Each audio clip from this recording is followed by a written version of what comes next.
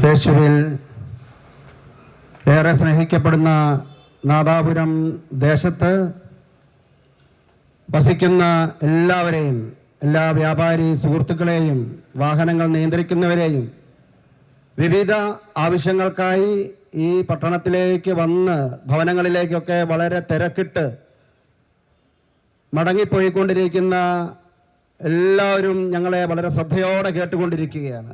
ആദ്യമേ ഞങ്ങളെ കേൾക്കുന്ന നിങ്ങൾ ഞങ്ങളോട് കാണിക്കുന്ന ഈ ബഹുമാനത്തിനും ആദരവിനും, ഈ സുവിശേഷ ശുശ്രൂഷയോട് നിങ്ങൾ കാണിക്കുന്ന ആ തുറന്ന മനസ്സിനും ഞങ്ങളുടെ എല്ലാവരുടെയും പേരിലുള്ള ഹൃദയം നിറഞ്ഞ നന്ദി ഞങ്ങൾ അറിയിക്കുകയാണ്. സ്നേഹമുള്ളവരെ, കർത്താവായ യേശു ഉദ്ധിതനായി ഈ ലോകത്ത് നിന്ന് 40 ദിനം അപ്പസ്തോലന്മാരുടെ കൂടെ വസിച്ച് ഈ ലോകത്ത് നിന്ന് സ്വർഗാരോഹണം ചെയ്യുമ്പോൾ ശിഷ്യന്മാർക്ക് കൊടുത്ത അവസാനത്തെ ഒരു നിർദ്ദേശവും കൽപ്പനയുമാണ്, നിങ്ങൾ ലോകമെങ്ങും പോയി എല്ലാ സൃഷ്ടികളോടും സുവിശേഷം പ്രസംഗിക്കണം. എന്താണ് സുവിശേഷം എന്ന വാക്കിന്റെ അർത്ഥം? നല്ല വിശേഷം. ഈ സായാഹ്നത്തിൽ ഞങ്ങളും നിങ്ങളുമായി ഒരു നല്ല വിശേഷം പങ്കിട്ടുകൊണ്ടിരിക്കുകയാണ്. എന്താണ് ആ വിശേഷം എന്ന് നിങ്ങൾ ചിന്തിക്കുന്നുണ്ടാകാം. അത് വളരെ ലളിതമാണ്. കർത്താവായ യേശു ഇന്നും ജീവിക്കുന്നു. പിതാവായ ദൈവം തൻ്റെ പുത്രനായ യേശുവിനെ ഈ ലോകത്തിൻ്റെ രക്ഷകനായി അയച്ചിരിക്കുന്നു. നമ്മുടെ ജീവിതത്തിൻ്റെ പ്രതിസന്ധിയും പ്രശ്നവും എന്തുമായിക്കൊള്ളട്ടെ, നമ്മുടെ ജീവിതത്തിൽ ഇടപെടുവാനും വ്യത്യാസം വരുത്തുവാനും യേശുവിന് സാധിക്കും. ഏതെല്ലാം ദേശങ്ങളിൽ ഏതെല്ലാം വ്യക്തികൾ യേശുവിൻ്റെ സുവിശേഷം കേൾക്കുന്നുവോ അവിടങ്ങളിൽ വലിയ വ്യത്യാസങ്ങൾ സംഭവിച്ചതായി ചരിത്രം നമ്മൾ പരിശോധിക്കുമ്പോൾ നമുക്ക് മനസ്സിലാകും. ഒരുപക്ഷെ നിങ്ങൾ കേട്ടിട്ടുണ്ടാകും, ഇന്ന് ലോകരാഷ്ട്രങ്ങളിൽ അതിസമ്പന്നമായി നിൽക്കുന്ന യൂറോപ്യൻ രാജ്യങ്ങൾ നൂറ്റാണ്ടുകൾക്ക് മുൻപ് അപരിഷ്കൃതരായ അജ്ഞരായ ഒരു ജനതയായിരുന്നു ആ നാട്ടിലുണ്ടായിരുന്നത്. നരഭോജികളെ പോലുള്ള വളരെ മോശം ജനങ്ങളും അധിവസിക്കുന്ന സ്ഥലമായിരുന്നു യൂറോപ്യൻ രാജ്യങ്ങൾ. എന്നാൽ ക്രിസ്ത്യൻ മിഷണറിമാർ ആ ദേശത്തേക്ക് കടന്നു ചെന്ന് യേശുവിൻ്റെ സുവിശേഷം അവിടെ പ്രഘോഷിച്ചപ്പോൾ, അത് സ്വീകരിച്ചപ്പോൾ വലിയ വ്യത്യാസം നൂറ്റാണ്ടുകൾ കഴിഞ്ഞപ്പോൾ ആ ദേശങ്ങളിൽ സംഭവിക്കുകയുണ്ടായി. ഇതൊരു ചരിത്ര സത്യമാണ്. എനിക്ക് മുൻപേ പ്രസംഗിച്ച ബിനു ബ്രദർ അവറുകൾ പറയുകയുണ്ടായി സ്വാമി വിവേകാനന്ദനെ കുറിച്ച്. വിവേകാനന്ദൻ പറയുന്നത് ഒരാശയം ഇതാണ്: മിഷണറിമാർ ഭാരതത്തിലേക്ക് വരട്ടെ, ഭാരതത്തിന്റെ ഇരുട്ട് മാറട്ടെ, സുവിശേഷം ജനത്തോട് പറയട്ടെ. എവിടെയെല്ലാം സുവിശേഷം പ്രസംഗിക്കപ്പെടുന്നുണ്ടോ, യേശുവിൻ്റെ ആശയങ്ങളും ആദർശങ്ങളും പ്രത്യയശാസ്ത്രങ്ങളും ജനഹൃദയങ്ങളിൽ ഏറ്റെടുക്കുന്നുണ്ടോ, ആ നാടിൻ്റെ അന്ധകാരം മാറും, വ്യക്തി ജീവിതങ്ങളിലെ ഇരുട്ട് മാറും. കാരണം യേശു പറഞ്ഞു, ഞാൻ വഴിയും സത്യവും ജീവനുമാണ്.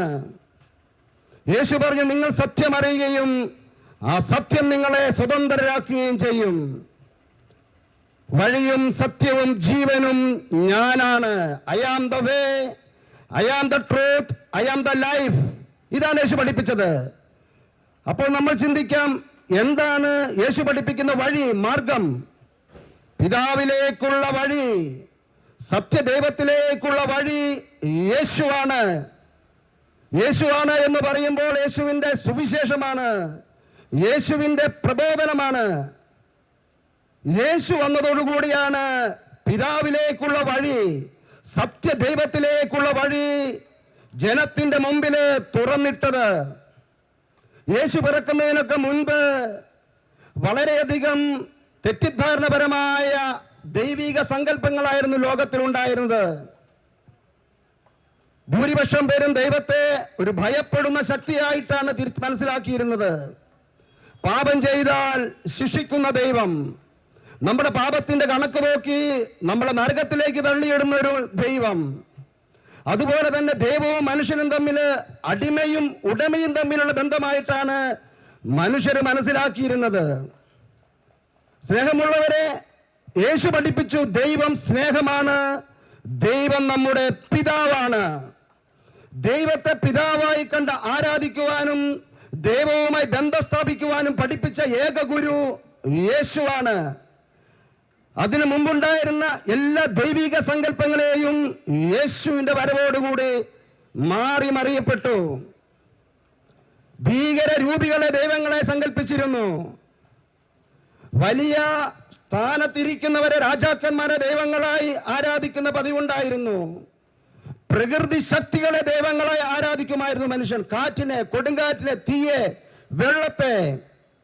എന്നാൽ യേശുവിന്റെ പ്രബോധനം കടന്നു വന്നതിലൂടെ ഈ ദൈവിക കാഴ്ചപ്പാടിന് മാറ്റമുണ്ടായി.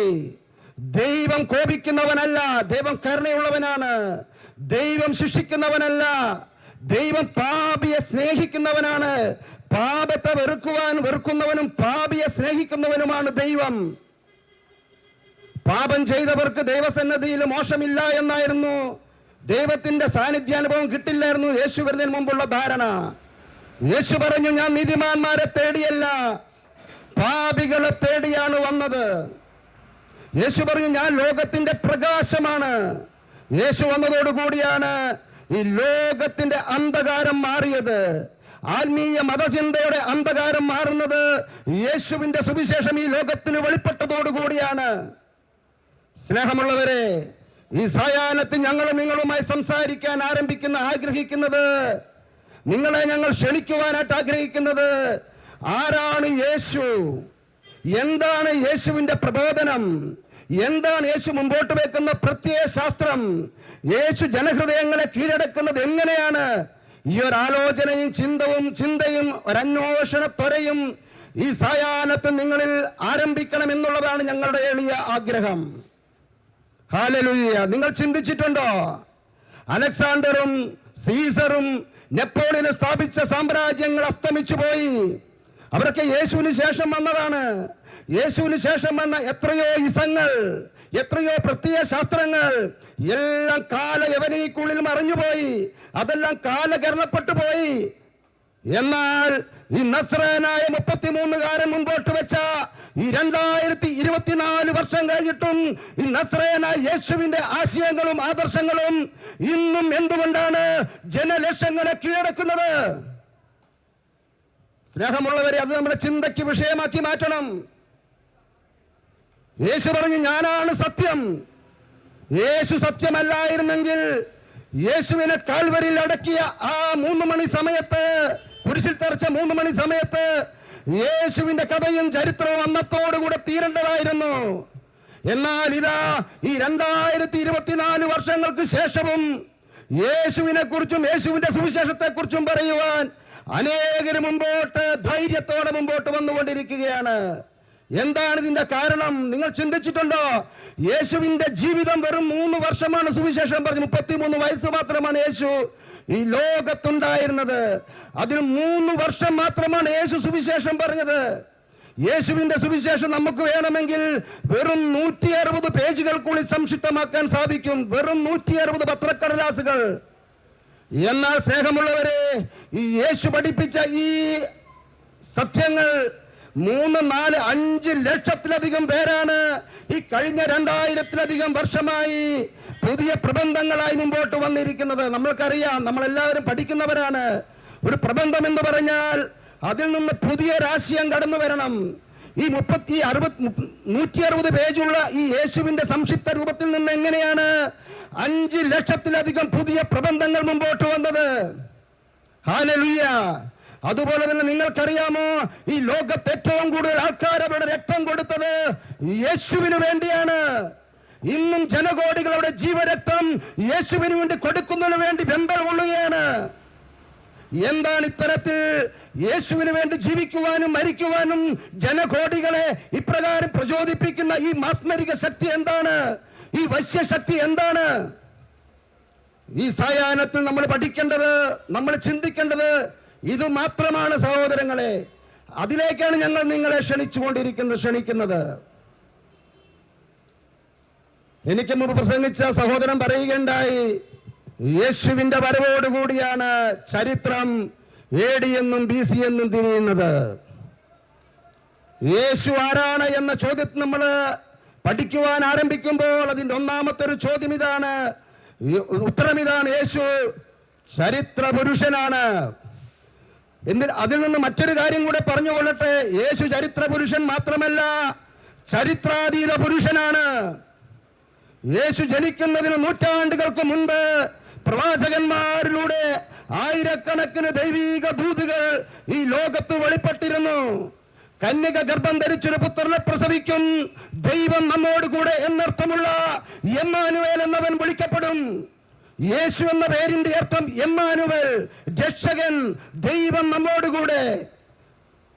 അന്ധകാരത്തിൽ മറ്റൊരു പ്രവചനം ഇതാണ്, അന്ധകാരത്തിൽ കഴിഞ്ഞ ജനം മഹത്തായ പ്രകാശം കണ്ടു, കൂരിരുട്ടിന്റെ ദേശത്ത് വസിച്ചവരുടെ മേൽ ദീപ്തി ഉദയം ചെയ്തു. ഈ ലോകത്തിന്റെ അന്ധകാരം മാറ്റാൻ, ചിന്താധാരയിലെ ഇരുട്ട് മാറ്റാൻ, ആത്മീയ അന്ധത മാറ്റുവാൻ ദൈവം മനുഷ്യനായി അവതരിക്കുമെന്ന് യേശു പിറക്കുന്നതിന് ആയിരക്കണക്കിന് വർഷങ്ങൾക്ക് മുൻപ് ദൈവത്തിന്റെ പ്രവാചകന്മാർ ഈ ജനത്തോട് വിളിച്ചു പറഞ്ഞിരുന്നു. അതുകൊണ്ടാണ് ഞാൻ പറഞ്ഞത്, യേശു ചരിത്ര പുരുഷനല്ല, ചരിത്രാതീത പുരുഷനാണ്. സ്നേഹമുള്ളവരെ, മറ്റൊരു കാര്യം ഇതാണ്, യേശു ചരിത്രത്തെ രണ്ടായി വിഭജിച്ചു. യേശുവിന്റെ വരവോടുകൂടിയാണ് AD യും BC യും തിരിയുന്നത്. അതായത് ഏതെങ്കിലും സാഹിത്യകാരന്റെ തൂലികയിൽ ഇതൾ വിരിഞ്ഞ സാങ്കല്പിക കഥാപാത്രമല്ല യേശു. യേശു മിത്തല്ല, യേശു കെട്ടുകഥയല്ല. യേശു ജനിച്ച സ്ഥലവും സുവിശേഷം പറഞ്ഞ മണ്ണും യേശുവിനെ കുരിശിൽ തറച്ച കുരിശും അവനെ അടക്കിയ കല്ലറയും നമുക്കിന്നും പോയി കാണുവാനും അത് സാക്ഷ്യപ്പെടുത്തുവാനും സാധിക്കും. ഹല്ലേലൂയ. സ്നേഹമുള്ളവരെ, മറ്റൊരു കാര്യം പറഞ്ഞുകൊള്ളട്ടെ, യേശുവിനെ രക്ഷകനും നാഥനുമായി സ്വീകരിക്കുന്നുവോ അവന്റെ ജീവിതത്തിന്റെ ചരിത്രം മാറും. യേശുവിനെ മനസ്സിലാക്കുന്നതിന് മുൻപും യേശുവിനെ തിരിച്ചറിയുന്നതിന് ശേഷവും എന്നുള്ള ഒരു വേർതിരിവ് ആ സമയമുണ്ടാകും.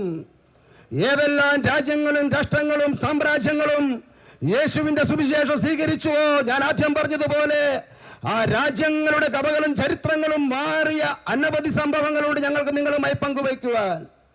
ഇതുപോലെ തന്നെ ആരെല്ലാം യേശുവിനെ രക്ഷകനും നാഥനുമായി സ്വീകരിക്കുന്നുവോ, അവന്റെ പ്രബോധനങ്ങൾ ജീവിതത്തിൽ സ്വീകരിക്കുന്നുവോ, അവന്റെ ജീവിതത്തിന്റെ ഇരുട്ട് മാറും, അവന്റെ ജീവിതത്തിലെ ആത്മീയതയുടെ അന്ധതയുടെ കെട്ടഴിയും. അവന് ഏതെങ്കിലും തരത്തിലുള്ള പൈശാചിക ശക്തിയുടെ പീഡനങ്ങളോ ബന്ധനങ്ങളോ ഉണ്ടെങ്കിൽ ആ കെട്ടേശു പൊട്ടിക്കും.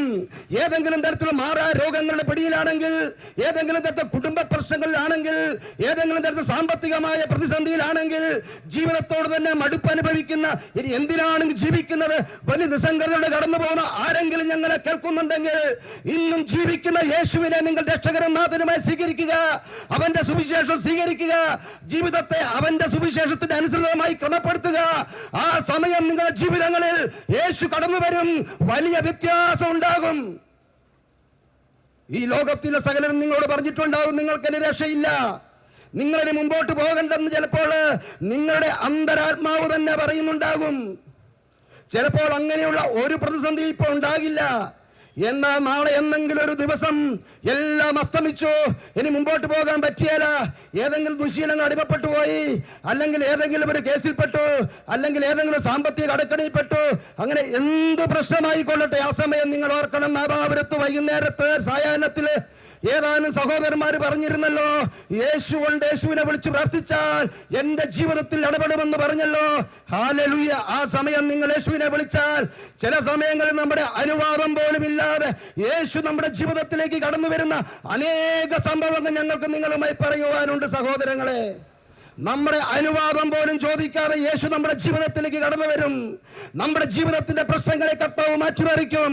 അതിനവന് ശക്തിയുണ്ട്. കാരണം അവൻ അന്ധന് കാഴ്ച കൊടുത്തവൻ, തളർവാദ രോഗിയെ സുഖപ്പെടുത്തിയവൻ. ഈ രോഗത്തിന്റെ മേൽ അധികാരം യേശുവിനുണ്ട്. അവൻ കടലിന് മീതെ നടന്നവൻ, കൊടുങ്കാറ്റിനെ ശാന്തമാക്കിയവൻ, അഞ്ചപ്പം കൊണ്ട് 5000 പേർക്ക് വിളമ്പിയവൻ, പച്ചവെള്ളത്തെ മുന്തിരിച്ചാറാക്കി മാറ്റിയവൻ. ഈ പ്രപഞ്ചത്തിന്റെ മേൽ അധികാരം യേശുവിനുണ്ട്. മരിച്ച ലാസറിനെ ഉയർപ്പിച്ചവൻ, മരണത്തിന്റെ മേലും ജീവന്റെ മേലും അധികാരം യേശുവിനുണ്ട്. ഹല്ലേലൂയ. ഞങ്ങളെ കേൾക്കുന്ന ആരെങ്കിലും രോഗപീഠയോടെ കടന്നു പോകുന്നുണ്ടെങ്കിൽ, ഏതെങ്കിലും തീരാത്ത മാറാത്ത പ്രശ്നങ്ങൾ കടന്നു പോകുന്നുണ്ടെങ്കിൽ, ആത്മഹത്യയെ കുറിച്ചൊക്കെ ചില സമയം ചിന്തിച്ചു പോകുന്നുണ്ടെങ്കിൽ, ആ സമയം നിരാശപ്പെടരുത്, സങ്കടപ്പെടരുത്, ഭാരപ്പെടരുത്. പിതാവായ ദൈവം മനുഷ്യനെ അവതരിച്ച യേശുവിനെ വിളിച്ച് പ്രാർത്ഥിച്ചാൽ നിങ്ങളുടെ ഏത് പ്രശ്നത്തിലും ഇടപെട്ട് വ്യത്യാസം വരുത്തുവാൻ യേശുവിന് സാധിക്കും. ഇത് നിസ്തർക്കമായ കാര്യമാണ്. ഇത് ജനലക്ഷങ്ങളുടെ അനുഭവമാണ്. അതുകൊണ്ടാണ് ഈ ലോകത്തിൽ ഏറ്റവും കൂടുതൽ വിശ്വാസികളുള്ളത് യേശുവിന്റെ സുവിശേഷത്തിലാണ്. അത് വെറും 12 പേരിൽ തുടങ്ങിയതാണ്. അതിന് ലോകത്തെ കീഴ്പ്പെടുത്തിക്കൊണ്ടിരിക്കുന്നു. ഹല്ലേലൂയ. സ്നേഹിതരെ, ഞാൻ നിങ്ങളോട് പറഞ്ഞു, യേശു ചരിത്രാതീത പുരുഷനാണ്, ചരിത്ര പുരുഷനാണ്. ആ ഒരാശയത്തിന്റെ മറ്റൊരു തലവും കൂടെ നിങ്ങളോട് പറയാൻ ആഗ്രഹിക്കുകയാണ്. യേശുവിന്റെ വരവോടുകൂടെ മറ്റൊരു ചരിത്രം തിരുത്തി കുറിക്കപ്പെട്ടു.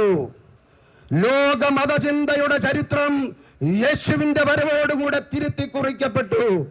ഞാൻ ആദ്യമേ പറഞ്ഞു, യേശുവിന്റെ വരവോടുകൂടിയാണ് യഥാർത്ഥ ദൈവത്തെ കുറിച്ചുള്ള ചിത്രം മാനവരാശിക്ക് വെളിപ്പെട്ട് കിട്ടിയത്.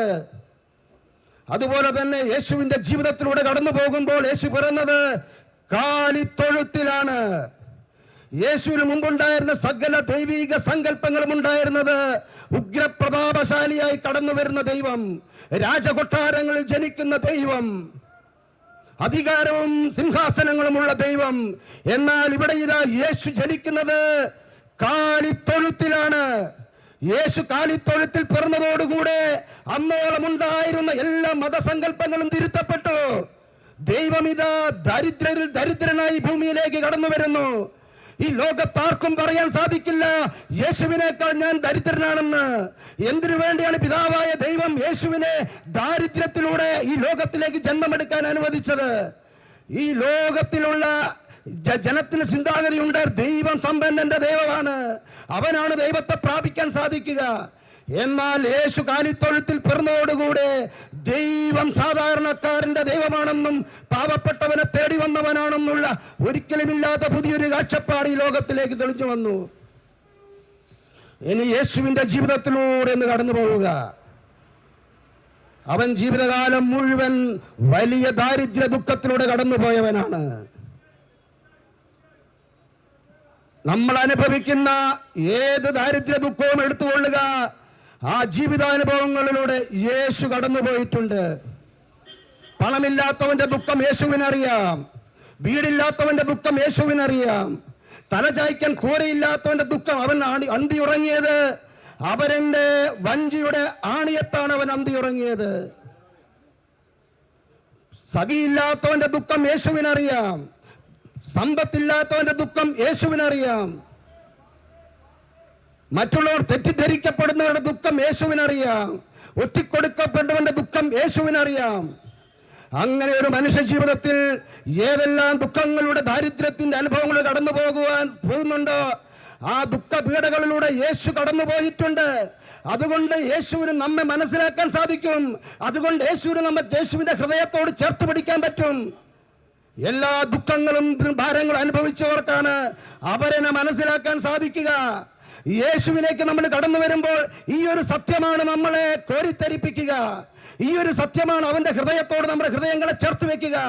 ഈ ലോകത്തിൽ ഇനി ആർക്കും പറയാൻ പറ്റില്ല യേശുവിനേക്കാൾ ഞാൻ ദരിദ്രനാണെന്ന് പറയാൻ പറ്റില്ല.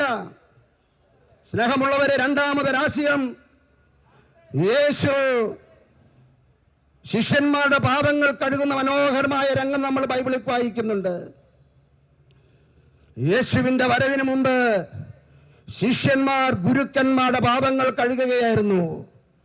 യേശു പറഞ്ഞു, ഗുരുവും കർത്താവുമായ ഞാൻ നിങ്ങളുടെ പാദം കഴുകിയെങ്കിൽ നിങ്ങളും പരസ്പരം പാദം കഴുകണം. ഇതാ അന്നോളം ഉണ്ടായിരുന്ന ഒരു ആത്മീയ ചിന്തയെ, ഒരു തത്വശാസ്ത്രത്തെ യേശു തകിടം മറിച്ചു. ശിഷ്യൻ ഗുരുവിന്റെ പാദം കഴുകുകയല്ല വേണ്ടത്, ഗുരു ശിഷ്യന്റെ പാപം കഴുകണമെന്ന് പറഞ്ഞ് എളിമയുടെ വിനയത്തിന്റെ ഉദാത്തമായ മാതൃക യേശു ഈ ലോകത്തിന് വെളിപ്പെടുത്തി കൊടുത്തു. സഹോദരങ്ങളെ, സ്നേഹമുള്ളവരെ, മറ്റൊരാശയം, യേശുവിന്റെ സുഹൃത്തുക്കൾ ആരായിരുന്നു? പാപികൾ, രോഗികൾ, പീഡിതർ, ഈ സമൂഹത്തിന്റെ പിന്നാമ്പുറങ്ങളിലേക്ക് വലിച്ചെറിയപ്പെട്ടവരായിരുന്നു യേശുവിന്റെ സ്നേഹിതർ. അന്നോളം ഉണ്ടായിരുന്നൊരു മതചിന്ത ഇതായിരുന്നു: ദൈവം നീതിമാന്റെ കൂടെയാണ്, പാപിയുടെ കൂടെയല്ല. പാപിയെ ദൈവം വെറുക്കുന്നു, അവനെതിരെ ക്രോധം ജനിക്കുന്നു, അവനെ ശിക്ഷിക്കുന്നവനാണ് ദൈവം. എന്നാൽ യേശു പറഞ്ഞു, ദൈവം അങ്ങനെയല്ല. ദൈവം പാപിയെ സ്നേഹിക്കുന്നവനാണ്. ദൈവം പാപിക്ക് വേണ്ടി ജീവൻ കൊടുത്തവനാണ്. ഞാനും നിങ്ങളും എത്രമാത്രം കഠിന പാപത്തിന്റെ അവസ്ഥ കടന്നുപോയിക്കൊള്ളട്ടെ, എനിക്ക് പ്രത്യാശയുള്ളത് ഈ ലോകത്തിലുള്ള ഏക ദൈവം യേശു എന്ന ദൈവം മാത്രമാണ്. മറ്റൊരു ദൈവത്തിലും എനിക്ക് പ്രത്യാശയില്ല. കാരണം ആ ദൈവസങ്കല്പങ്ങളെല്ലാം പാപിയെ ശിക്ഷിക്കുന്ന, പാപിയെ വെറുക്കുന്ന, പാപിയെ തള്ളിക്കളയുന്ന ദൈവത്തിന്റെ സങ്കല്പങ്ങളാണ്. എന്നാൽ യേശു പാപികളോട് കൂടെയാണ് കൂട്ടിച്ചേർന്നത്. ഹല്ലേലൂയ. സ്നേഹമുള്ളവരെ, ഈ സത്യം നമ്മൾ മനസ്സിലാക്കണം. നാലാമതൊരു കാര്യം പറഞ്ഞുകൊള്ളട്ടെ. യേശുവിന്റെ കുരിശ് കൽവരിയിൽ ഉയർന്നത് മുതൽ യേശു പീഡ സഹിച്ചു മരിച്ചതിലൂടെ ഒരു വലിയ മതചിന്തയ്ക്ക് മാറ്റം വന്നു. അന്നോളം മനുഷ്യർ ദൈവത്തിനു വേണ്ടി മനുഷ്യനെ കുരുതി കൊടുക്കുകയായിരുന്നു. എന്നാൽ യേശു മാനവകുലത്തിന്റെ സകല പാപങ്ങൾക്കും പരിഹാരമായി ബലിയായി സ്വന്തം ജീവൻ നമ്മുടെ പാപങ്ങൾക്ക് പരിഹാരമായി കുരിശിൽ ഏറ്റെടുത്ത് നമുക്ക് വേണ്ടി മരിച്ചതിലൂടെ ജനങ്ങൾക്ക് വേണ്ടി മരിക്കുന്ന, ബലി കൊടുക്കുന്ന പുതിയൊരു ദൈവസങ്കല്പം ഈ ലോകത്തിലേക്ക് കടന്നു വരികയാണ്. എന്തിനു വേണ്ടിയാണ് യേശു നമ്മുടെ പാപങ്ങൾക്ക് പരിഹാര ബലിയായി തീർന്നത്? മനുഷ്യൻ ചെയ്യുന്ന തെറ്റുകൾ അനുസരണക്കേടാണ്. ദൈവീക പദ്ധതികൾക്ക് വിരുദ്ധമായി ചെയ്യുന്ന അനുസരണക്കേട്. എന്നാൽ യേശു സമ്പൂർണമായി ദൈവത്തെ അനുസരിച്ചുകൊണ്ട്, സഹോദരങ്ങളെ സ്നേഹിച്ചുകൊണ്ട്, യേശുവിന്റെ ജീവൻ നമ്മുടെ കടം യേശു വീട്ടുകയാണ്. നമ്മളായിരുന്നു ശിക്ഷിക്കപ്പെടേണ്ടത്, നമ്മുടെ തലമുറകളുമായിരുന്നു പാപത്തിന്റെ ശിക്ഷ ഏറ്റെടുക്കേണ്ടത്. യേശു എന്നാൽ സ്വന്തം ജീവൻ ദൈവത്തിന് മുമ്പിൽ പരിഹാര ബലിയായി സമർപ്പിച്ച് നമ്മുടെ പാപങ്ങൾക്ക് കടങ്ങൾ വീട്ടി. അതുകൊണ്ടാണ് ഞാൻ പറഞ്ഞത്, ഈ ലോകത്തിലുണ്ടായിരുന്ന മതചിന്ത യേശു മാറ്റിമറിച്ചു, വെല്ലുവിളിച്ചു. മനുഷ്യൻ ദൈവത്തിനു വേണ്ടി മനുഷ്യനെ കുരുതി കൊടുക്കുകയല്ല വേണ്ടേ. ഇതാ ഒരു ദൈവം മനുഷ്യന് വേണ്ടി സ്വജീവൻ കുരുതി കൊടുത്തു, ബലി കൊടുത്തു, നമ്മുടെ വിമോചനം സാധ്യമാക്കി. നമ്മൾ എന്താണ് ചെയ്യേണ്ടത്? ഈ ഒരു യേശുവിന്റെ സ്നേഹവും സ്വാതന്ത്ര്യം അനുഭവിക്കണമെങ്കിൽ യേശുവിനെ രക്ഷകനും നാഥനുമായി സ്വീകരിക്കുക, അവന്റെ വചനം സ്വീകരിക്കുക, അവനെ രക്ഷകനായി വിശ്വസിച്ച് ഏറ്റുപറയുക. ആ സമയം തന്നെ യേശുവിന്റെ കുരിശിലെ ബലിയുടെ അനുഗ്രഹം നമ്മുടെ ജീവിതങ്ങളിലേക്ക് കടന്നു വരികയാണ്. ഹല്ലേലൂയ. ആറാമതൊരു കാര്യം നിങ്ങളുമായി പങ്കുവെക്കാൻ ആഗ്രഹിക്കുകയാണ്. യേശു തന്റെ പീഡാസഹന സമയത്ത് അതിക്രൂരമായ പീഡാനുഭവങ്ങളിലൂടെ കടന്നു പോവുകയാണ്. യേശുവിനെ ഒറ്റിക്കൊടുക്കുവാൻ വന്ന യൂദാസിനോട് യേശു വിളിക്കുന്നത് സ്നേഹിത എന്നാണ്. യേശുവിന് മുമ്പ് തന്നെ അറിയാമായിരുന്നു തന്നെ യൂദാസ് ഒരു ശിഷ്യൻ ഒറ്റിക്കൊടുക്കുമെന്ന്. ഒരു ചുംബനം നൽകി യേശുവിനെ ഒറ്റിക്കൊടുക്കുമ്പോൾ യേശു യൂദാസിനെ വിളിക്കുന്നത് സഹോദര എന്നാണ്. സ്നേഹമുള്ളവരെ, ഈ ലോകത്തെ സ്നേഹം പഠിപ്പിച്ച ഗുരു യേശുവാണ്. വീണ്ടും യേശുവിന്റെ കൽവരി കുരിശിലേക്ക് നിങ്ങളൊന്ന് നോക്കുക. അതികഠിനമായ പീഡാസഹനത്തില് അതിന്റെ ജീവന്റെ അവസാന ശ്വാസം വലിച്ചുകൊണ്ടിരിക്കുമ്പോൾ യേശു പ്രാർത്ഥിക്കുന്ന ഒരു അതിമനോഹരമായ പ്രാർത്ഥനയുണ്ട്. ഈ ലോകത്തെ കോരിത്തരിപ്പിക്കുന്ന ഒരു പ്രാർത്ഥനയുണ്ട്. മനുഷ്യ മനസാക്ഷിയെ പിടിച്ചു കുലുക്കിയ ഒരു പ്രാർത്ഥനയുണ്ട്. യേശു കഴിഞ്ഞ 24 മണിക്കൂറായി തന്നെ പീഡിപ്പിച്ച് കുരിശി തറച്ച അവരെ നോക്കി പിതാവിനോട്, ദൈവത്തോട് പ്രാർത്ഥിക്കുന്ന അതിമനോഹരമായ ഒരു പ്രാർത്ഥന. പിതാവേ, ഇവർ ചെയ്യുന്നെന്ന് ഇവരറിയുന്നില്ല, ഇവരോട് ക്ഷമിക്കണമേ. സ്നേഹമുള്ളവരെ, അതൊരു വല്ലാത്തൊരു പ്രാർത്ഥനയാണ്. അതൊരു മനുഷ്യന് പ്രാർത്ഥിക്കാൻ പറ്റുന്ന പ്രാർത്ഥനയല്ല. ഈ കഴിഞ്ഞ മണിക്കൂർ അതിഘോരമായ പീഡാസഹനങ്ങൾ ഏൽപ്പിച്ച സകലരെയും നോക്കി യേശു പ്രാർത്ഥിക്കുകയാണ്. പിതാവേ, ഇവർ ചെയ്യുന്നത് എന്തെന്ന് ഇവർ അറിയുന്നില്ല, നീ ഇവരോട് ക്ഷമിക്കണമേ. ഈ ലോകത്തെ ക്ഷമ പഠിപ്പിച്ച ഗുരു യേശുവാണ്. സ്നേഹിതരെ, ഈ ലോകത്തെ സത്യം വെളിപ്പെടുത്തിയ ഗുരു യേശുവാണ് സ്നേഹിതരെ. യേശുവിന്റെ വരവോടുകൂടിയാണ് കാലം മുഴുവൻ ഉണ്ടായിരുന്ന ഒരു മതചിന്തയുടെ ചരിത്രം മാറി. അന്യമതസ്ഥരെ വെറുക്കണം, അവരെ ശത്രുക്കളായി കാണണം, അവരെ നിഗ്രഹിക്കണം. അതായിരുന്നു കാലഘട്ടം വരെ ഉണ്ടായിരുന്ന മതചിന്ത. എന്നാൽ യേശു പറഞ്ഞു, അന്യമതസ്ഥരെ വെറുക്കുകയല്ല വേണ്ടത്, അവരെ സ്നേഹിക്കുകയാണ് വേണ്ടത്, അവർക്ക് വേണ്ടി പ്രാർത്ഥിക്കുകയാണ് വേണ്ടത്. ലോക മനസാക്ഷിയെ പിടിച്ചു കുലുക്കിയ യേശുവിന്റെ ഈ ആദർശമാണ്. കണ്ടിരുന്ന ഭടൻ പോലും പറഞ്ഞു, ഇവൻ സത്യമായി ഈ പ്രാർത്ഥന കേട്ടപ്പോൾ യേശുവിനെ കുരിശിൽ തറച്ച ഭടൻ പറയുകയാണ്, ഇവൻ സത്യമായും ദൈവപുത്രനാണ്. ദൈവത്തിന്റെ അവതാരമായ യേശുവിനല്ലാതെ മറ്റാർക്കും അങ്ങനെ പ്രാർത്ഥിക്കാൻ സാധിക്കുകയില്ല. എല്ലാ അന്യമതസ്ഥരെ വെറുത്തുപേക്ഷിക്കണമെന്നും അവരെ നിഗ്രഹിക്കണമെന്ന് പറഞ്ഞ ആ മതചിന്തയുടെ കടക്കൽ യേശുവിന്റെ ജീവിതവും സുവിശേഷവും ചോദ്യചിഹ്നമായി ഉയരുകയാണ്. യേശു അപ്രകാരമുള്ള ചിന്തകളെ വെല്ലുവിളിക്കുകയാണ്. ഹല്ലേലൂയ. യേശുവേ നന്ദി, യേശുവേ ആരാധന. സ്നേഹമുള്ളവരെ, ഈ ഒരു സായാഹ്നത്തില് ഞങ്ങൾ നിങ്ങളുമായി സംസാരിച്ചു കൊണ്ടിരിക്കുന്നത് യേശുവിനെ കുറിച്ചാണ്. വളരെയേറെ കാര്യങ്ങൾ ഞങ്ങൾക്ക് നിങ്ങളുമായി പങ്കുവെക്കണമെന്നുണ്ട്. ഈ അതിമനോഹരമായ സായാഹ്നത്തില് ഞങ്ങളെ നിങ്ങൾ മറ്റൊരു കാര്യത്തിലേക്ക് ക്ഷണിക്കുകയാണ്. സ്നേഹമുള്ളവരെ, യേശുവിന്റെ ചരിത്രം, യേശുവിന്റെ ജീവിതം, യേശു മുൻപോട്ട് വെക്കുന്ന പ്രത്യയശാസ്ത്രം രേഖപ്പെടുത്തിയിരിക്കുന്നത് വിശുദ്ധ ബൈബിളിലാണ്. സാധിക്കുമെങ്കിൽ നിങ്ങൾ എല്ലാവരും തന്നെ ഈ ഒരു ഗ്രന്ഥത്തിന്റെ കോപ്പി നിങ്ങൾ സ്വന്തമാക്കണം. ഈ ഒരു പുസ്തകത്തിലാണ് യേശുവിനെ കുറിച്ചുള്ള വിവരണങ്ങളുള്ളത്, യേശുവിന്റെ ആശയങ്ങളെ കുറിച്ചുള്ള വിവരണങ്ങളുള്ളത്, യേശുവിന്റെ പഠനങ്ങളെ കുറിച്ചുള്ള വിവരണങ്ങളുള്ളത് ബൈബിളിലാണ്. ഇവിടെ ഞങ്ങളിത് സൗജന്യമായിട്ടാണ് നിങ്ങൾക്ക് തരാൻ ആഗ്രഹിക്കുന്നത്. ഈ ഗ്രന്ഥം ആരെല്ലാം കയ്യിലെടുത്തിട്ടുണ്ടോ അവരുടെ ജീവിതങ്ങളെ ഈ ഗ്രന്ഥം മാറ്റിമറിച്ചിട്ടുണ്ട്. യേശു പറഞ്ഞു, വഴിയും സത്യവും ജീവനും ഞാനാണ്. പിതാവിലേക്കുള്ള വഴി, പിതാവാവുന്ന സത്യം, ജീവൻ ഈ ഗ്രന്ഥത്തിലാണ് വെളിപ്പെടുത്തിയിരിക്കുന്നത്. നിങ്ങൾക്കറിയാമോ, ഈ ലോകത്ത് ഏറ്റവും കൂടുതൽ വിറ്റഴിക്കപ്പെട്ട ഗ്രന്ഥം എന്റെ കയ്യിലിരിക്കുന്ന ഈ കൊച്ചു പുസ്തകമാണ്. അനേകം ഭാഷകളിലേക്ക് പരിഭാഷപ്പെടുത്തിയ പുസ്തകം വിശുദ്ധ ബൈബിളാണ്. അനേകം പണ്ഡിതന്മാർ പരിശോധിച്ച പുസ്തകം ഈ ഗ്രന്ഥമാണ്. അനേകരുടെ ജീവിതങ്ങളെ മാറ്റിമറിച്ച ഗ്രന്ഥം ഈ വിശുദ്ധ ബൈബിളാണ്. ഇതിലെ ഓരോ വരികളും നമ്മളോട് സംസാരിക്കാൻ ആരംഭിക്കും. ഈ പുസ്തകത്തിൽ സൗഖ്യമുണ്ട്, ഈ പുസ്തകത്തിൽ വിടുതലുണ്ട്. എന്താണ് മറ്റ് ഗ്രന്ഥങ്ങളിൽ നിന്ന് ഈ പുസ്തകത്തെ വ്യത്യസ്തമാക്കുന്നത്? ഇത് ആത്മാവിന്റെ കാര്യങ്ങളാണ് ഈ പുസ്തകത്തിൽ രേഖപ്പെടുത്തിയിട്ടുള്ളത്, ഭൗതിക കാര്യങ്ങളല്ല. യേശു പറഞ്ഞു, എന്റെ ജീവിതം ഐഹികമല്ല. യേശു ഈ ലോകത്തിൽ ഒരു സാമ്രാജ്യം സ്ഥാപിക്കാനല്ല വന്നത്, ഏതെങ്കിലും ഒരു പ്രത്യേക ജനവിഭാഗത്തെ ലക്ഷ്യം വെച്ചല്ല യേശു വന്നത്. യേശു വന്നത് സകല ജനത്തിനും വേണ്ടിയാണ്. അതാണ് യേശു പറക്കുന്ന രാത്രി ജെറുസലേമിലെ മലഞ്ചെരിവുകളിൽ ഒരു സ്വർഗീയ സംഗീതം ആട്ടിടയന്മാർ കേൾക്കുകയുണ്ടായി. ഇതാ വലിയ സന്തോഷത്തിന്റെ സദ്വാർത്ത ഞാൻ നിങ്ങളെ അറിയിക്കുന്നു, നിങ്ങൾക്കായി ഒരു രക്ഷകൻ കർത്താവായ ക്രിസ്തു ജനിച്ചിരിക്കുന്നു. രണ്ട് കാര്യങ്ങൾ അടിവരയിടണം സകല ജനത്തിനും വേണ്ടി. നിങ്ങൾക്കായി രക്ഷകൻ. ഞങ്ങളെ കേൾക്കുന്ന സ്നേഹിതരെ, രക്ഷ നിങ്ങൾ സ്വന്തമാക്കാൻ ആഗ്രഹിക്കുന്നെങ്കിൽ ഈ രക്ഷകനെ പരിചയപ്പെടണം. ഈ ഗ്രന്ഥം കയ്യിലെടുത്തവരെ ദൈവം കയ്യിലെടുക്കും. നിങ്ങളുടെ ജീവിതത്തിന്റെ സകല പ്രശ്നങ്ങളും പ്രതിസന്ധികൾക്കും ഉത്തരം ഈ ഗ്രന്ഥത്തിലുണ്ട്. ഹല്ലേലൂയ. നിന്റെ ജീവിതത്തിൽ എന്ത് പ്രതിസന്ധി വന്നുകൊള്ളട്ടെ, ഈ ഗ്രന്ഥം നീ കയ്യിലെടുത്താൽ നീ ഒരിക്കലും പരാജയപ്പെടുകയില്ല. ഈ ലോകത്തൊരു ശക്തിക്കും നിന്നെ തോൽപ്പിക്കാൻ സാധിക്കുകയില്ല.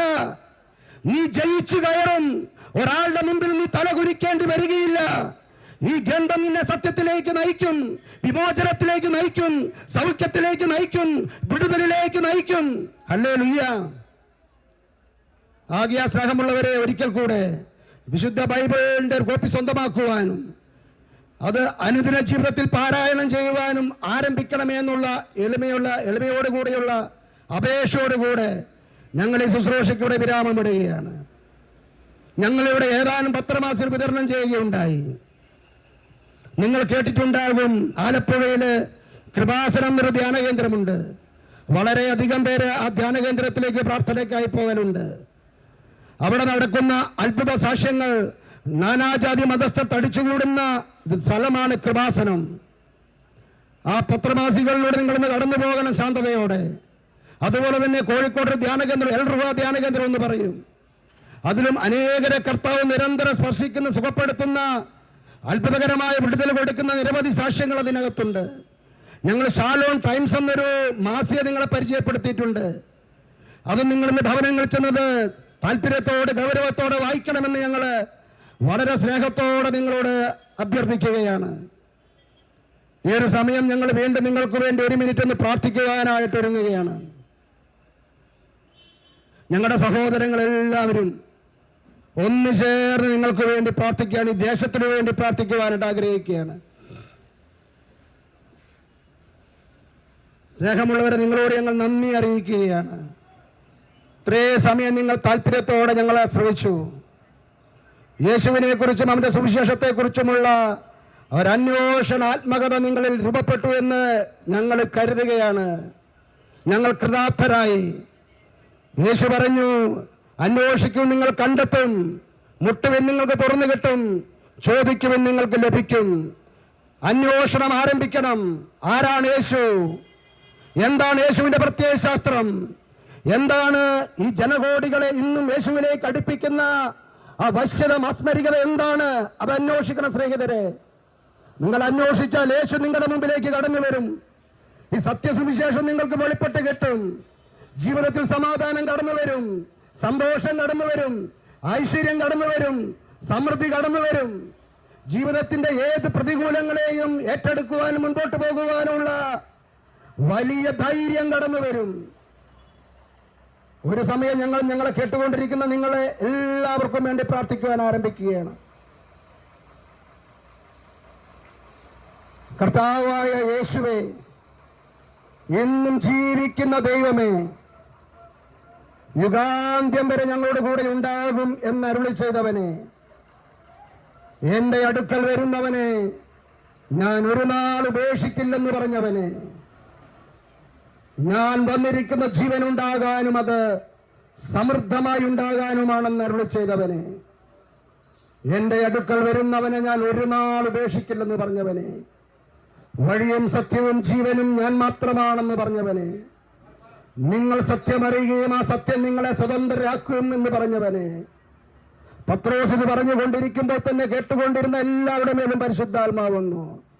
ഓ കർത്താവേ, ഈ സായാഹ്നത്തില് അങ്ങയുടെ അപ്പസ്തോലന്മാർ വചനം പറഞ്ഞപ്പോൾ അത് കേട്ടുകൊണ്ടിരുന്ന സകല മക്കളുടെ മേലും അങ്ങയുടെ ആത്മാവൊന്ന് നിറഞ്ഞതുപോലെ ഈ സായാഹ്നത്തിൽ ഞങ്ങളെ കേട്ട എല്ലാ ജീവിതങ്ങളുടെ മേലും കർത്താവേ, അങ്ങയുടെ പരിശുദ്ധാത്മാവിനെ അയക്കണമേ ഞങ്ങൾ പ്രാർത്ഥിക്കുകയാണ്.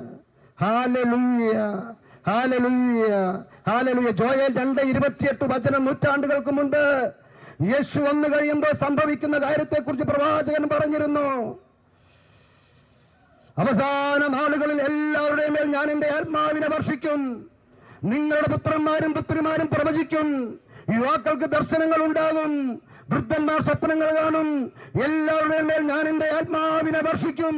ഓ കർത്താവേ, ഞങ്ങൾ കൂട്ടായ്മ സ്നേഹത്തോടെ ഈ ദേശത്തെ സമർപ്പിച്ച് പ്രാർത്ഥിക്കുന്നു. ഇവിടെയുള്ള വ്യാപാരി സുഹൃത്തുക്കളെ സമർപ്പിച്ച് പ്രാർത്ഥിക്കുന്നു.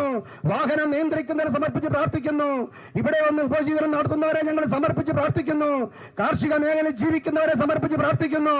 എല്ലാവരുടെ മേലും കർത്താവേ, അങ്ങയുടെ ആത്മാവിനെ അയക്കണമേ എന്ന് പ്രാർത്ഥിക്കുന്നു. ഞങ്ങളൊന്ന് സ്തുതിച്ച് പ്രാർത്ഥിക്കുന്നു. Hallelujah, hallelujah, hallelujah, hallelujah, hallelujah, hallelujah, hallelujah, hallelujah. യേശുവേ, നന്ദി, നന്ദി, നന്ദി, നന്ദി, നന്ദി, നന്ദി, നന്ദി, നന്ദി, നന്ദി, നന്ദി. ആരാധന, ആരാധന, ആരാധന, ആരാധന, ആരാധന, ആരാധന, ആരാധന, ആരാധന, ആരാധന, ആരാധന, ആരാധന. Hallelujah, hallelujah, hallelujah, hallelujah. ഓ കർത്താവായ യേശുവേ, എന്നും ജീവിക്കുന്ന ദൈവമേ, ഞങ്ങളെ കേട്ടുകൊണ്ടിരിക്കുന്ന സകല ജീവിതങ്ങളെ ഇപ്പൊ സ്പർശിക്കണമേ എന്ന് പ്രാർത്ഥിക്കുന്നു. സൗഖ്യം കൊടുക്കണമേ എന്ന് പ്രാർത്ഥിക്കുന്നു. വിടുതൽ കൊടുക്കണമേ എന്ന് പ്രാർത്ഥിക്കുന്നു. സമാധാനം കൊടുക്കണമേ എന്ന് പ്രാർത്ഥിക്കുന്നു. പ്രത്യാശ കൊടുക്കണമേ എന്ന് പ്രാർത്ഥിക്കുന്നു. ഹല്ലേലൂയ. രോഗപീഠകൾ യേശുനാമത്തിൽ നീങ്ങിപ്പോകട്ടെ എന്ന് പ്രാർത്ഥിക്കുന്നു. മാനസിക സംഘർഷങ്ങൾ യേശുനാമത്തിൽ നീങ്ങിപ്പോകട്ടെ എന്ന് പ്രാർത്ഥിക്കുന്നു. പൈശാചിക ബന്ധനങ്ങൾ യേശുനാമത്തിൽ അഴിയട്ടെ എന്ന് പ്രാർത്ഥിക്കുന്നു. തിന്മയുടെ സ്വാധീനങ്ങൾ യേശുനാമത്തിൽ വിട്ടുപോകട്ടെ എന്ന് പ്രാർത്ഥിക്കുന്നു. വലിയ ജനങ്ങൾ തമ്മിലുള്ള വലിയ സന്തോഷവും സൗഹൃദവും കൂടെ രൂപപ്പെടട്ടെ എന്ന് ഞങ്ങൾ പ്രാർത്ഥിക്കുന്നു. വിവിധ രാഷ്ട്രീയ പാർട്ടിക്കാർ തമ്മിലുള്ള വ്യക്തിബന്ധങ്ങൾ വർദ്ധിക്കട്ടെ എന്ന് ഞങ്ങൾ പ്രാർത്ഥിക്കുന്നു. ഞങ്ങളുടെ യുവതി യുവാക്കന്മാരെ സമർപ്പിച്ച് പ്രാർത്ഥിക്കുന്നു. നാനാജാതി മതസ്ഥരെ ഞങ്ങൾ സമർപ്പിച്ച് പ്രാർത്ഥിക്കുന്നു. മതങ്ങൾ തമ്മിൽ വലിയ സൗഹൃദം പുലരട്ടെ എന്ന് പ്രാർത്ഥിക്കുന്നു. ഈ ദേശം വലിയൊരു പട്ടണമായി മാറട്ടെ എന്ന് പ്രാർത്ഥിക്കുന്നു. അനേകർ ഇവിടെ നിന്ന് ഉപജീവനം കഴിക്കാൻ തക്ക വിധം ഇതൊരു വലിയ ടൗണായി പട്ടണമായി വളരട്ടെ എന്ന് ഞങ്ങൾ പ്രാർത്ഥിക്കുന്നു. ഇവിടെയുള്ള സകല ജനങ്ങൾ ഹൃദയങ്ങളുടെ പ്രശ്നങ്ങളുടെ മേൽ കർത്താവ് ഇടപെടട്ടെ എന്ന് പ്രാർത്ഥിക്കുന്നു. കടബാധകൾ നീങ്ങിപ്പോകട്ടെ എന്ന് പ്രാർത്ഥിക്കുന്നു. രോഗപീഠകൾ നീങ്ങിപ്പോകട്ടെ എന്ന് പ്രാർത്ഥിക്കുന്നു. യേശുവേ നന്ദി, യേശുവേ സ്തുതി, യേശുവേ സ്തോത്രം, യേശുവേ ആരാധന. Hallelujah, hallelujah, hallelujah, hallelujah, hallelujah. സ്നേഹമുള്ളവരെ, ഞങ്ങളെ കേട്ടുകൊണ്ടിരിക്കുന്ന നിങ്ങളുടെ എല്ലാവരുടെ ഹൃദയങ്ങളെ ഞങ്ങളുടെ ഹൃദയങ്ങളോട് ചേർത്ത് വെച്ച് ഞങ്ങൾ നിങ്ങൾക്ക് വേണ്ടി പ്രാർത്ഥിക്കുകയാണ്. യേശു പഠിപ്പിച്ചൊരു അതിമനോഹരമായ പ്രാർത്ഥനയുണ്ട്. ശിഷ്യന്മാർക്ക് ഓതിക്കൊടുത്തൊരു പ്രാർത്ഥന. നിങ്ങളെല്ലാവരുടെ ഹൃദയങ്ങളെ, നിങ്ങളുടെ പ്രാർത്ഥന ആവശ്യങ്ങളെയും ജീവിതങ്ങളെയും ചിന്തകളെയും ഉത്കണ്ഠകളെയും ആകുലതകളെയും ചേർത്ത് വെച്ച പ്രാർത്ഥന ഞങ്ങൾ നിങ്ങൾക്ക് വേണ്ടി ചൊല്ലുകയാണ്. സ്വർഗസ്ഥനായ ഞങ്ങളുടെ പിതാവേ, അങ്ങയുടെ നാമം പൂരിതമാകണമേ, അങ്ങയുടെ രാജ്യം വരണമേ, അങ്ങയുടെ തിരുമനസ് സ്വർഗത്തിലെ പോലെ ഭൂമിയിലുമാകണമേ. അന്നു വേണ്ടുന്ന ആഹാരം ഇന്ന് ഞങ്ങൾക്ക് തരണമേ. ഞങ്ങളോട് തെറ്റ് ചെയ്യുന്നവരോട് ക്ഷമിക്കുന്നത് പോലെ ഞങ്ങളുടെ തെറ്റുകൾ ഞങ്ങളോട് ക്ഷമിക്കണമേ. ഞങ്ങളെ പ്രലോഭനത്തിൽ ഉൾപ്പെടുത്തരുത്, തിന്മയിൽ നീ രക്ഷിച്ചു വളരണമേ. രാജ്യവും ശക്തിയും മഹത്വവും എന്നേക്കും അങ്ങയുടേതാവുന്നു. ആമേൻ. പരിശുദ്ധ അമ്മേ, ദൈവമാതാവേ, യേശുവിന്റെ അമ്മേ, കാനായിലെ കല്യാണ വിരുന്നിൽ ആ കുടുംബത്തിന്റെ പ്രതിസന്ധി മനസ്സിലാക്കി ആ കുടുംബത്തിൽ യേശുവിനെ ഇടപെടാൻ അമ്മ പറഞ്ഞപ്പോഴാണല്ലോ യേശുവിന്റെ ആദ്യത്തെ അത്ഭുതം സംഭവിക്കുന്നത്. ആകയാൽ ഞങ്ങളെ കേട്ടുകൊണ്ടിരിക്കുന്ന ഏതെങ്കിലും ജീവിതങ്ങളിൽ കടുത്ത മാനസിക സംഘർഷങ്ങൾ, സാമ്പത്തിക പ്രതിസന്ധികൾ, കുടുംബ ബന്ധത്തിലുള്ള പ്രശ്നങ്ങൾ, ഭാര്യ ഭർത്താവ് തമ്മിലുള്ള പ്രശ്നങ്ങൾ, സാമൂഹ്യമായ ഏതെങ്കിലും പ്രശ്നങ്ങൾ ആരെങ്കിലും ഭാരപ്പെടുന്നുണ്ടെങ്കിൽ അവരുടെ ജീവിതങ്ങളെ പരിശുദ്ധ അമ്മയുടെ മധ്യസ്ഥയിൽ സമർപ്പിച്ച് അമ്മ യേശുവിനോട് പറയണമേ എന്നുള്ള പ്രാർത്ഥനയോടുകൂടി ഞങ്ങൾ അമ്മയെ വിളിക്കുന്നു. നന്മ നിറഞ്ഞ മറിയമേ സ്വസ്തി, കർത്താവ് അങ്ങയുടെ കൂടെ സ്ത്രീകളിൽ അങ്ങ് അനുഗ്രഹിക്കപ്പെട്ടവളാവും, അങ്ങയുടെ ദുരിതത്തിന്റെ ഫലമായി യേശു അനുഗ്രഹിക്കപ്പെട്ടവനാവും. പരിശുദ്ധ മറിയമേ, തമ്പുരാന്റെ അമ്മേ, പാപികളായ ഞങ്ങൾക്ക് വേണ്ടി ഇപ്പോഴും നിങ്ങളുടെ മരണസമയം തമ്പുരാനോട് അപേക്ഷിച്ചോളണം. നിത്യം പിതാവും പുത്രനും പരിശുദ്ധാത്മാവുമായ സർവേശ്വരായ എന്നേക്കും. വിശുദ്ധ കുരിശിന്റെ അടയാളത്താലെ ഞങ്ങളുടെ ശത്രുക്കളെ രക്ഷിക്കണം ഞങ്ങളുടെ തമ്പുരാനെ. പിതാവിന്റെയും പുത്രന്റെയും പരിശുദ്ധാത്മാവിന്റെയും നാമത്തിൽ ആമേൻ. യേശു എല്ലാവരെയും അനുഗ്രഹിക്കട്ടെ എന്ന് പ്രാർത്ഥിക്കുന്നു.